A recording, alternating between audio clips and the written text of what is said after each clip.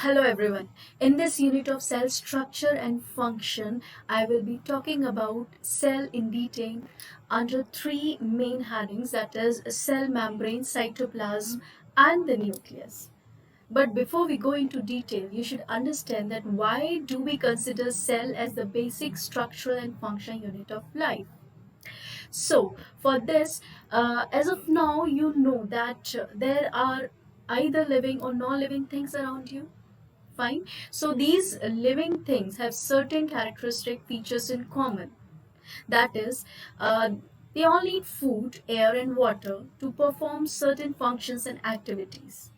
But what is that smallest unit that takes part, or that is the compelling factor, on that starts with all these metabolic reactions and thus performs various functions? Yes, it is cell.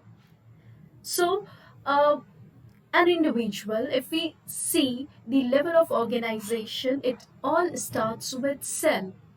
Cell divides and redivides and undergo differentiation to form tissues that unite together to form organ, and organs are arranged systematically to form organ system, and that is how an individual is formed. That is why we define cell as the structural, functional and biological unit of life. And the study that deals with the study of cells is known as cytology. Now, there were different scientists who were involved in the discovery of cell. First of all, I will talk about Robert Hooke, who in 1665 observed a section of cork which was a part of a bark of a tree, and he was able to observe certain honeycomb like structures, but those were named as the cells and were dead cells. Whereas Anton von Leeuwenhoek in 1674, he tried to observe and study about living cells like bacteria and protozoans, amoeba, paramecium, etc. And thus the studies further went to details, and we got to know about variety in cell number, size and shape. There were organisms who were found with single cell and they were known as unicellular, whereas there were organisms which were made up of multiple cells and even billions of cells, like most of the plants and animals.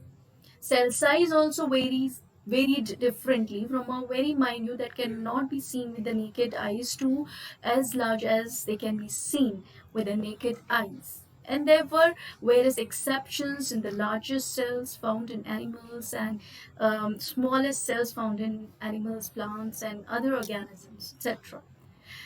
Cell shape also varied greatly. Now, these cells were found to be of different shapes. If we talk about animal cells, then these cells can be irregular in shape, that is, present in white blood cells, or in amoeba also, and can be round or spherical, as in RBC and eggs. Can be spindle shaped in the form of a spindle, like the muscle cell, as shown here on this slide, or elongated and branched, like the muscle cells. If we look at the plant cells, these cells can again vary in different shape, like the long and rectangular cells, which are mesophyll cells present in leaf that also help in the photosynthesis process. Or the stomata, the guard cells are present, which are bean or kidney shaped, that also helps in the opening and closing of the stomata. So very minute functions, very basic functions, they all begin with a very basic unit that is called cell. So cell theory was proposed, and there were few other scientists who were involved in it, like Sheldon and Schwann and Rudolf Virchow.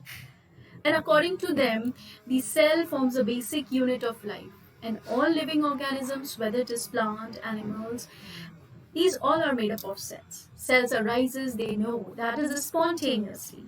And cells arise from the pre-existing cells. These were the points which were discussed under cell theory and the modern cell theory, or the cell doctrine or cell principle. Moving ahead into this chapter, as I've told you that I will be talking and discussing this chapter in the three main headings. First of all, cell membrane, cytoplasm and nucleus. Under cytoplasm, we will see that there are there are many cell organelles like endoplasmic reticulum, mitochondria, Golgi apparatus, ribosomes, lysosomes, centrosome, plastids.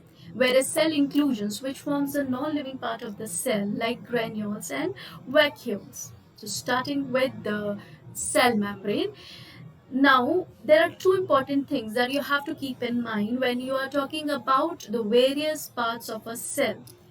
So, first of all, as we are talking about cell membrane, you should be very well with the structure and function of the cell membrane.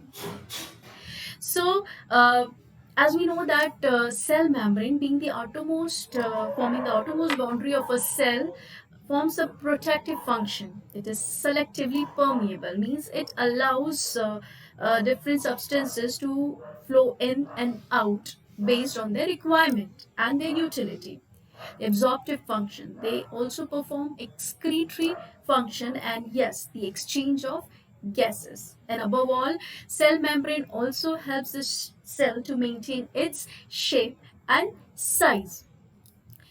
Now, cell membrane, here I have placed two diagram, plant cell and animal cell. So you can see that a plant cell will have an extra layer which is known as the cell wall. Okay, but before that we should know that cell membrane is a very thin layer, or you can say that forms the skin of the cell, and it is very flexible. It is the outermost layer in the animal cell, whereas in plant cell there is one more layer called the cell wall, and it is a living membrane and semi-permeable, that is selectively permeable. It also protects the cell and also separates the contents of the cell from its surroundings. And as I've told you, being selectively permeable, it also regulates the entry of certain solutor ions. And in animal cell, it is responsible for maintaining the shape of the cell. If we talk about plant cell, I've already told you that they have an extra, their outermost layer is the cell wall, which surrounds the cell membrane or the plasma membrane. And yes, it is rigid and non-living part, and it is freely permeable also. And one basic difference is that it is made up of cellulose. It gives rigidity to the cell, and shape of the plant cell is maintained by it, and it definitely provides protection. So, in the next part, I will talk about completely cytoplasm, and I have told you that in that we will talk about the living part and the non-living part. And yes, the different organelles and cell inclusions like granules and vacuoles. Thank you.